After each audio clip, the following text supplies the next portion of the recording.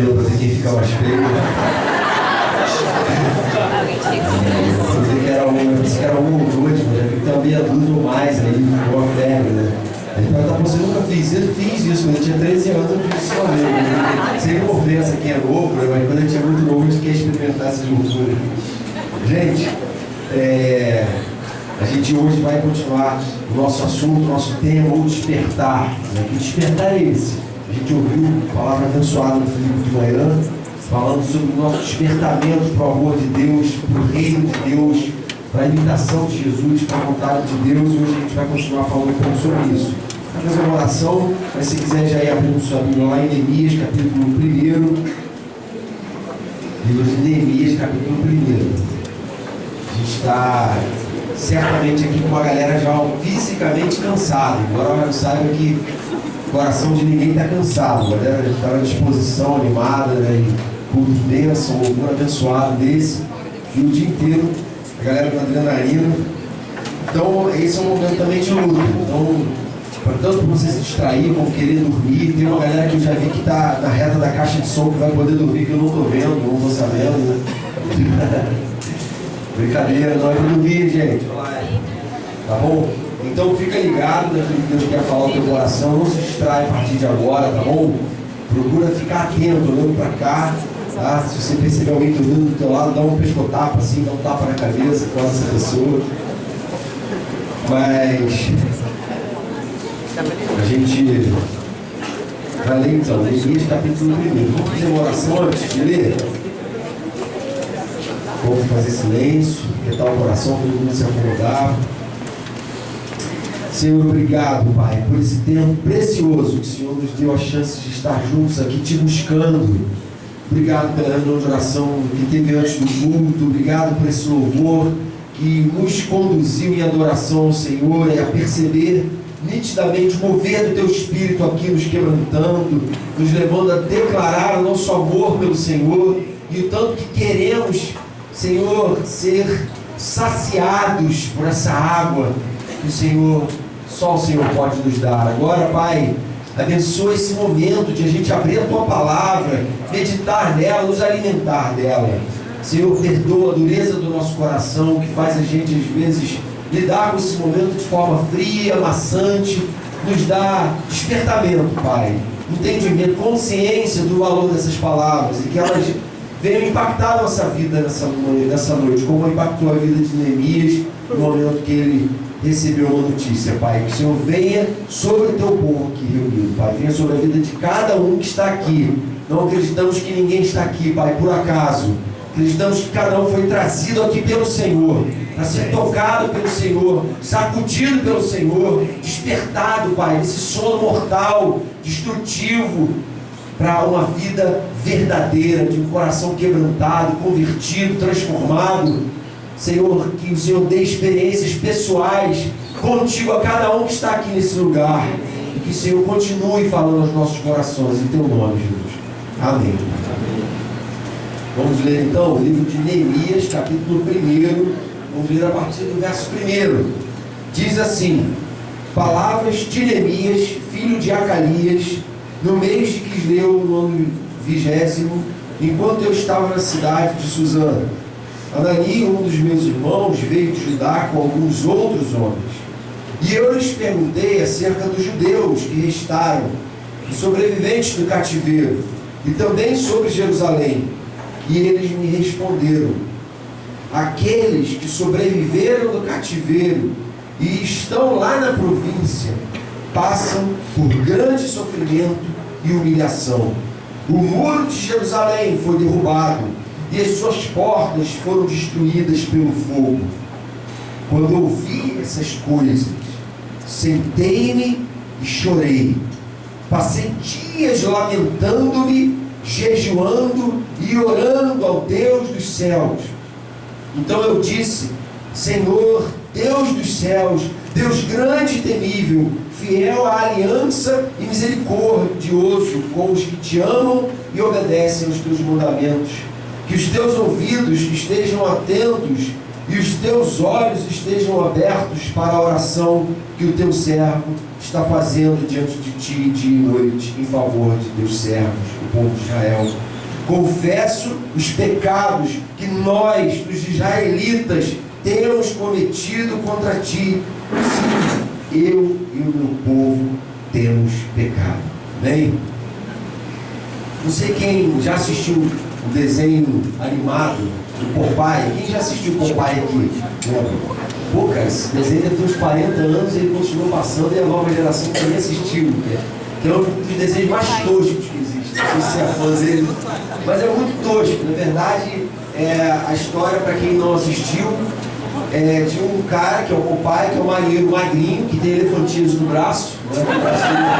Ninguém vai conseguir entender porque daquela desproporção, porque ele não tem braço forte, ele tem um antebraço com elefantismo mesmo, gigantesco, assim. Não dá para entender, desde que eu era criança eu não conseguia entender aquela anatomia maluca, né? Aí, esse marinheiro magrinho, que tem um braço que é fraquinho, sofre bullying constante do Brutus, que é um cara brutamonte, assim, sinistro, que fica fazendo bullying, zoando com a cara dele o tempo inteiro, perseguindo ele, tentando bater nele, e de vez em quando conquistar a mulher dele, a namorada dele, e aquela briga, e o Popeye vai apanhando, vai sofrendo, vai discutindo com o Brutus, e Brutus zoando, fazendo bullying com ele, até chega um ponto do desenho que o Popeye não aguenta mais. Aí ele pega uma lata de espinafre, abre ela no cachimbo, aperta, o espinafre pula, cai dentro do cachimbo dele, ele come aquele espinafre e imediatamente a força vem e ele fica forte, e ele soca o Brutus e tudo acontece, né? Ou seja, por que eu estou contando a história aqui do Popeye? Porque o que é interessante dessa história é exatamente esse despertar que acontece na vida dele. Todos nós sofremos também alguns ataques, algumas ofensas, sofremos por ver coisas erradas, injustas acontecendo e vamos apontando, vamos tolerando. Coisas erradas na nossa vida até, não estou falando só de ficar criticando não, tem que haver autocrítica também, não é? Até o ponto que você não aguenta mais, alguma coisa precisa ser feita. Tem que haver uma reação, e esse momento do Popeye é o momento da reação, é o momento em que um líder surge. Um líder que não está mais aguentando aquele mal que está sendo feito deliberadamente. E ele dá um ponto final nisso. E o momento de Neemias foi exatamente esse momento do Popeye. Esse momento em que ele tinha uma ideia, lá na Babilônia, trabalhando dentro do palácio do rei, de que estava tudo bem lá em Jerusalém. Neemias, filho de pais judeus, né, cresceu na Babilônia, no cativeiro, mas assim, cara, na família dos meus pais morreram lá na terra deles, eu vim para cá, junto com os exilados, mas está tudo bem por lá. Lá em Jerusalém, o povo de Deus deve estar mantendo, restaurando, preservando a sua identidade, preservando o muro, o templo, as coisas. Assim, eu tenho uma ideia de que tudo aquilo que eu já ouvi falar sobre Jerusalém ainda está lá. Mas ele continuava vivendo na Babilônia. Até que, num certo momento, um irmão dele chega na Babilônia e ele pergunta: e aí, como é que está lá? Está tudo mundo tá boa? Jerusalém está bem? O irmão dele fala: cara, não tem nada disso. Jerusalém está destruída, os muros estão queimados, derrubados, nós estamos debaixo de humilhação e de sofrimento. E aí, gente, nesse momento da notícia, talvez ele pudesse falar assim: cara, que deprê, lamento, hein?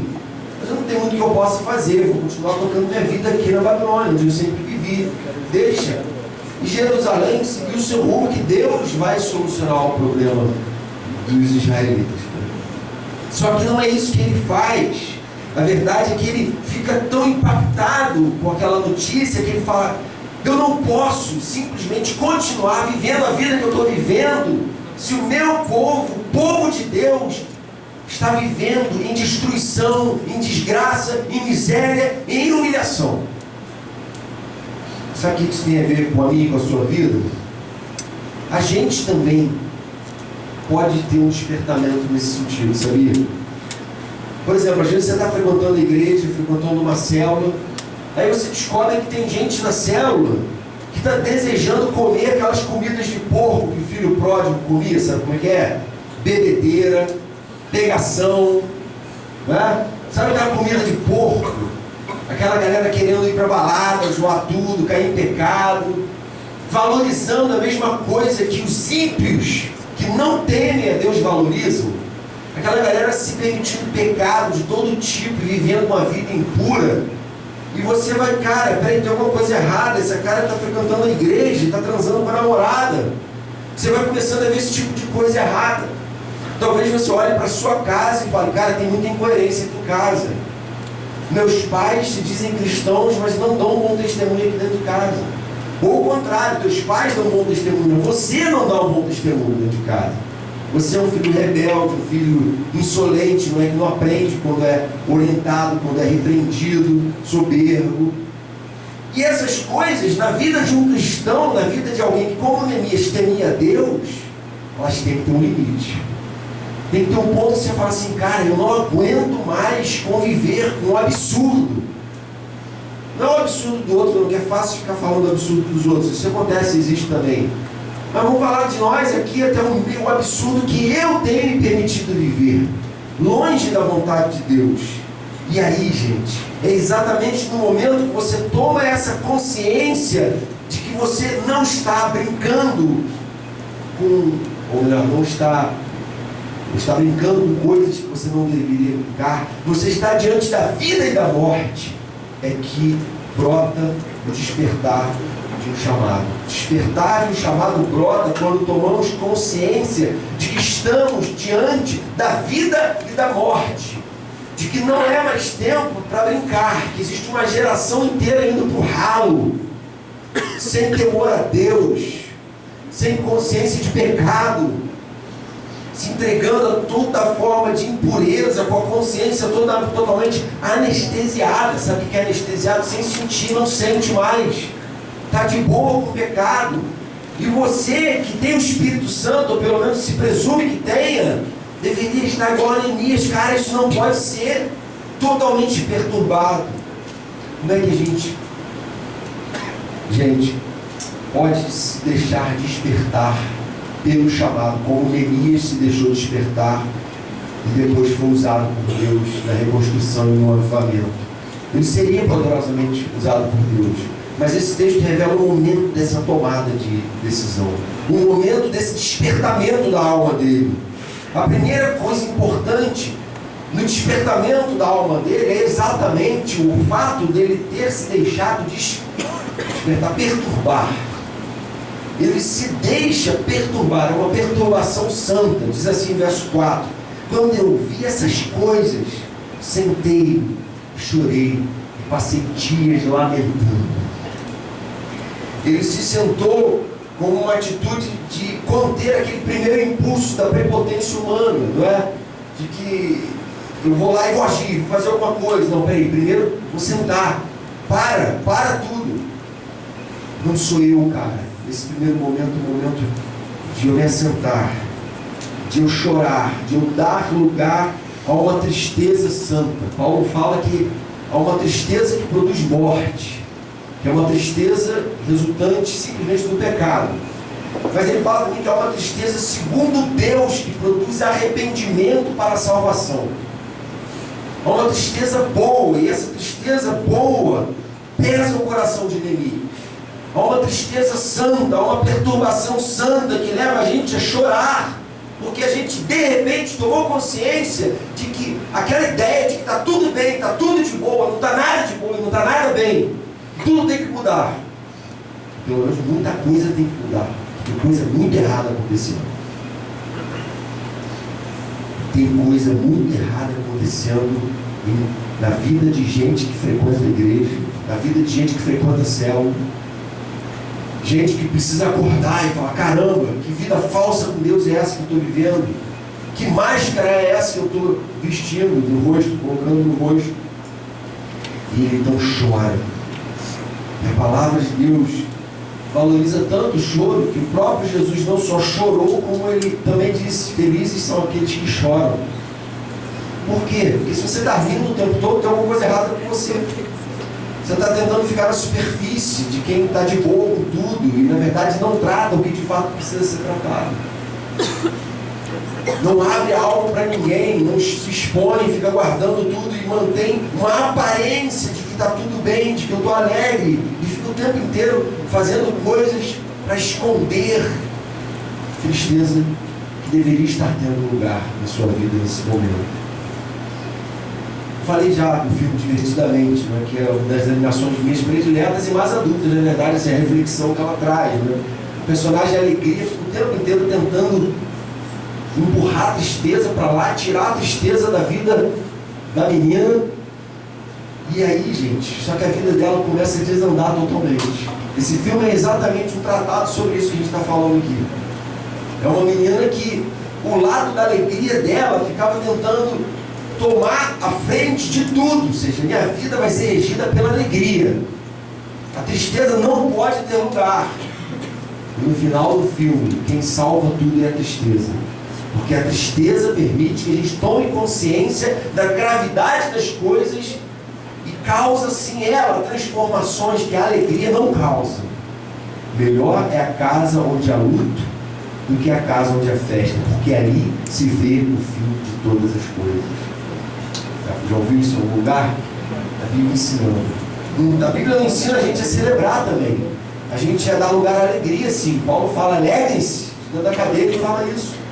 No entanto, a gente não pode deixar essa alegria manter a gente na superfície, em que a gente não trata o que a gente precisa tratar, não encara o que a gente precisa encarar.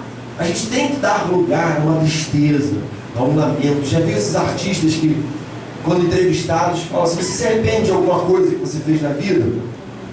Aí ele responde assim, nunca, não me arrependo de nada que eu fiz na vida. Tudo foi bom para mim. Tudo foi aprendizado. Né? Quanta hipocrisia. Que ser humano pode dizer que não se arrepende de nada que fez na vida, deve estar muito cego. Que a gente erra e faz coisas que a gente... Ah, mas eu aprendi com o erro. Você podia ter aprendido sem o erro.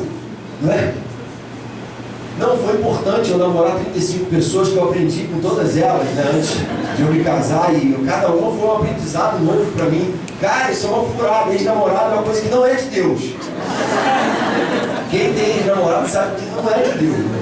Esses dias eu vi uma definição assim, se você está namorando uma pessoa com quem você não vai casar, você está namorando uma menina, uma mulher de outro homem. Ou seja, faz sentido. Negócio pesado. Cara, não é de Deus, porque você vai ter problema depois com a próxima namorada, que aquela ex-namorada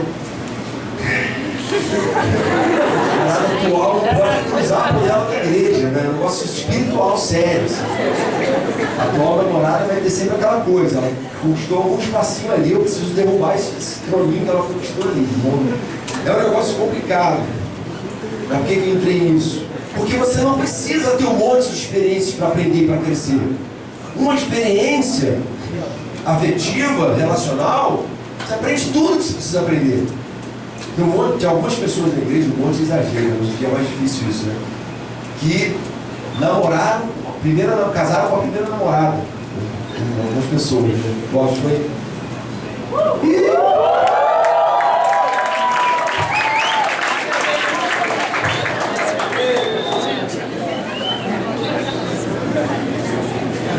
Não tem nada que eu que tive uma namorada antes, o Nick, não tenha aprendido que ele não aprendeu.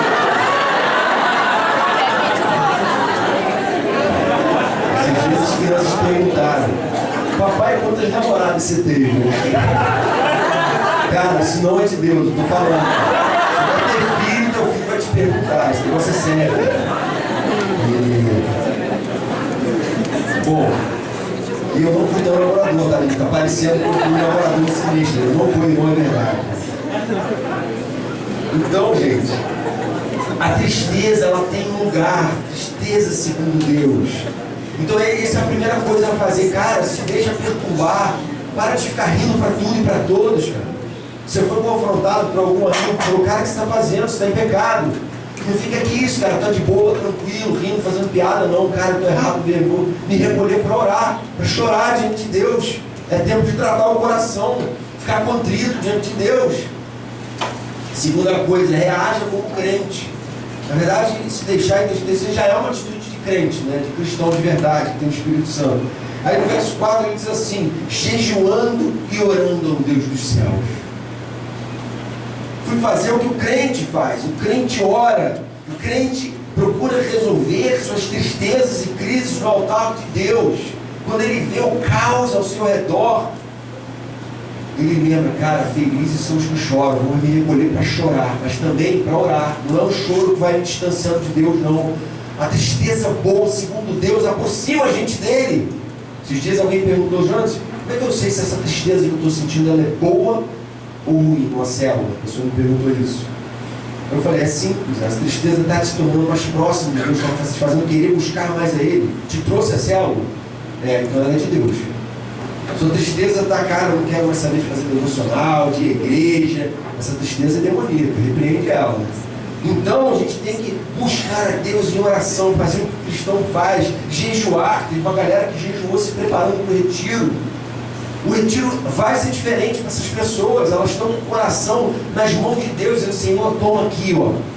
Eu quero me entregar, minha vida é tua, meu coração é teu. E é claro que essas atitudes levaram ele à confissão.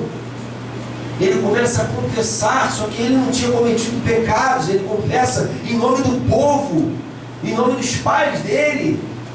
Começa a fazer confissão, porque Neemias entendia que aquela ruína, aquela destruição não era meramente um problema político, econômico da nação, era um problema espiritual, porque ele entendeu que certos sofrimentos tem tudo a ver com a nossa desobediência, a nossa rebeldia a Deus e a palavra dele. E cada um desses passos que ele tomou, gente, tiveram biblicamente tudo a ver com o enfrentamento do problema. Segundo, talvez quem não conhece a Deus e a palavra dele, essas pessoas diriam assim, cara, ele está se acovardando, ele foi chorar, foi lamentar, foi se entristecer, jejuar, ele está fugindo de encarar. Mas ao contrário, na lógica da palavra de Deus, ele estava se dirigindo à solução do problema e foi o que aconteceu. Em terceiro lugar, disponha-se a ser solução. Gente, olha esse versículo 5, do capítulo 2. Neemias, então, depois de algum tempo se preparando, Deus ministrando ao coração dele se aquecendo de novo, fogo do Espírito ali, e ele diante de Deus lutando, Senhor, o que o Senhor quer que eu faça? Que eu vá para lá? Isso vai ser solução, Senhor, eu tenho alguma condição de ir? E o Senhor falando ao coração dele, talvez, imagino aqui, sim, Neemias, é você mesmo, o problema aí, precisa de alguém que se levante, eu quero que você vá. Estou imaginando que esse tenha sido o diálogo dele nos dias que ele passou jejuando e orando contrito. E aí sabe o que ele diz no capítulo 2, verso 5? Se dispôs a ser parte da solução. Se for do agrado do rei, e se o seu servo puder contar com a sua benevolência, que eu me deixe ir à cidade, e que ele me deixe ir à cidade onde meus pais estão enterrados em Judá, para que eu possa reconstruí-la.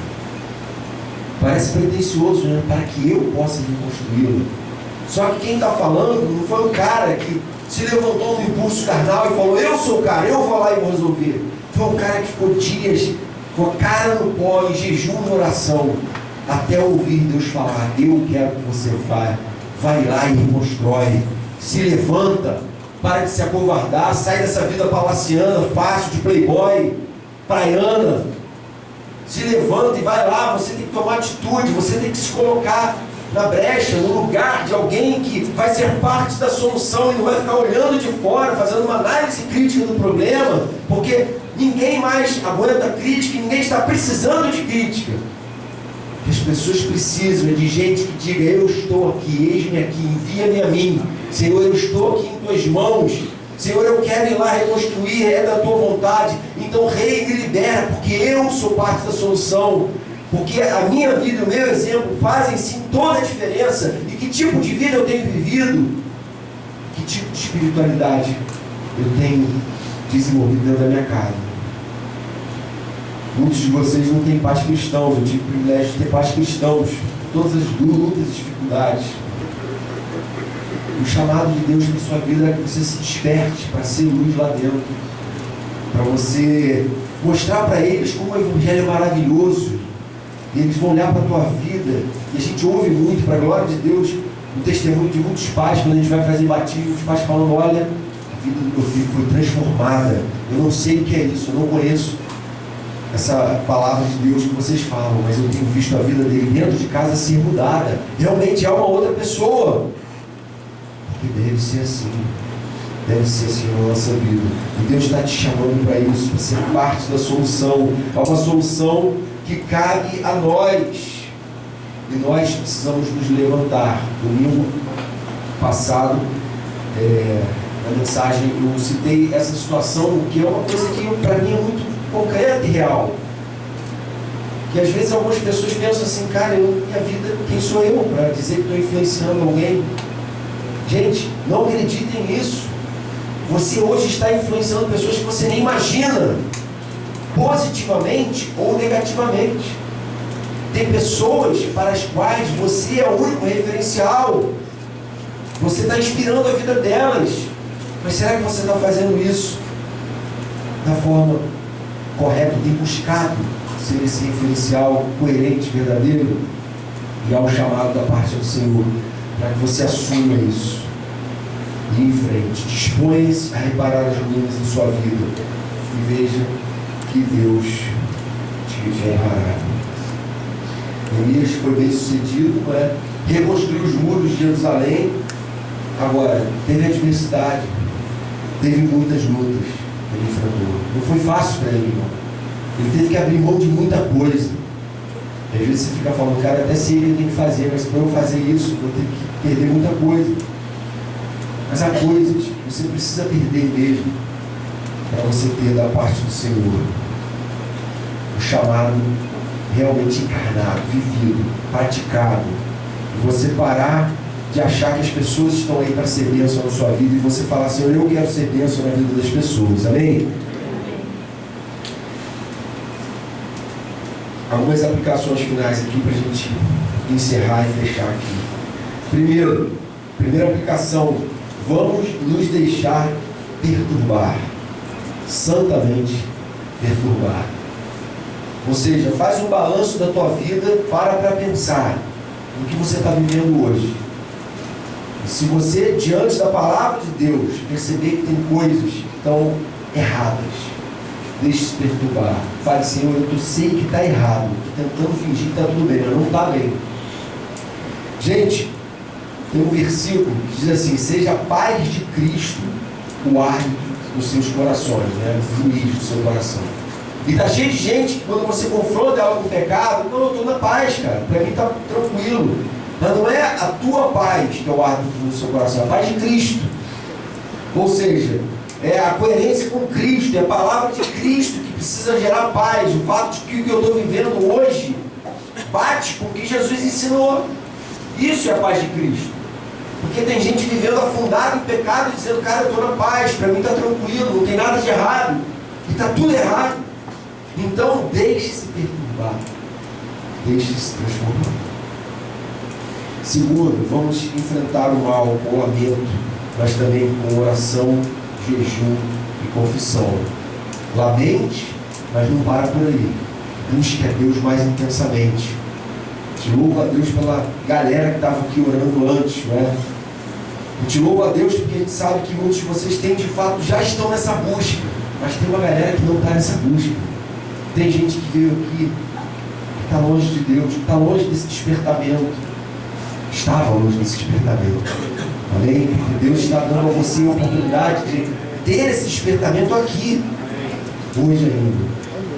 Vamos enfrentar, nós vamos orar, buscar e confessar. Talvez você fale assim, pô, Jonas, minha consciência está totalmente anestesiada. Estou vendo vocês falarem, buscar Deus em oração, mas, cara, estou frio. Começa a orar. Um pouquinho de fagulha ali, um pouquinho pequeno, vai se alastrando, vai incendiando a floresta toda. Terceiro, disponha-se a ser solução, mesmo que isso te custe um preço alto. Fala aí, Senhor, eis-me aqui, o que eu posso fazer para mudar essa realidade, cara? O caos se estabeleceu. Lá em casa, o bicho está pegando, a coisa está feia. O que eu posso fazer para ser luz e bênção e mudar o ambiente da minha casa? Cara, eu estou vendo gente dizendo que está na igreja lá, o cara se batizou e tal, mas está vivendo todo errado. Pô, como é que eu posso alcançar ele com o amor de Deus? Como é que eu posso ser uma referência saudável para ele de cristão que vive a Bíblia? Fale com o Senhor: Senhor, eu quero ser a bênção, eu quero aceitar esse desafio. Tem muita gente que se converte, mas se acomoda e não cresce muito espiritualmente, porque dá trabalho. Você tem responsabilidade. Essa galera que está aqui na frente, pô, maneiro, a galera foi lá, pegou o instrumento, tocou, né? Pô, que maneiro esse som aí. Eu queria também ir lá na frente, pegar o instrumento e tocar e ficar maneiro assim. Só que é um preço alto que essa galera paga, tanto no sentido técnico de se esmerar, de gastar tempo de ensaio, passar a tarde toda aqui ensaiando, entre outros ensaios que a gente tem feito durante a semana, toda semana, como o peso espiritual de cobrança também, caramba. Cara, isso é a obra de Deus. Eu preciso ter temor a Deus diante daquilo que eu estou fazendo. Eu preciso oferecer o meu serviço a Deus. Mas tem gente que está fugindo disso. Cara, eu estou fora. Vou ser cobrado, porque responsabilidade, né? A gente assume, tem direitos e deveres, né? Mas deveres que eu não quero. E no meio dessa geração descomprometida, que não está disposta a pagar o preço, o que Deus está te falando hoje é que você fale assim: Senhor, eu não quero pagar o preço. Porque Neemias deixou a vida de conforto dele lá na Babilônia, foi lá, ficou debaixo de ameaça de morte, gente fazendo cerco para matar ele, gente ameaçando ele certamente vivendo uma vida assim bem rústica mesmo, talvez morando em tenda, mas com o coração transbordando por saber que ele estava debaixo da mão de Deus, do chamado de Deus, do propósito de Deus para a vida dele. E aí, gente, eu tenho certeza que ele chegou no final da vida dele alegre, contente, sem se arrepender em nada de ter largado o conforto e pago o preço e se deixado despertar pelo chamado de Deus. Senhor, nós também queremos te pedir que o Senhor tenha misericórdia de nós, Senhor. A nossa vida muitas vezes egoísta, comprometida com o nosso próprio conforto, com nossos próprios caprichos. Muitas vezes lavamos as mãos, não queremos assumir responsabilidade, não queremos dizer para o Senhor: eis-me aqui. Não nos deixamos despertar por esse chamado. Vamos vendo o pecado avançar no nosso coração, no coração daqueles que estão à nossa volta. Vamos vendo o mal muitas vezes tomar conta e não nos dispomos a ser parte da solução.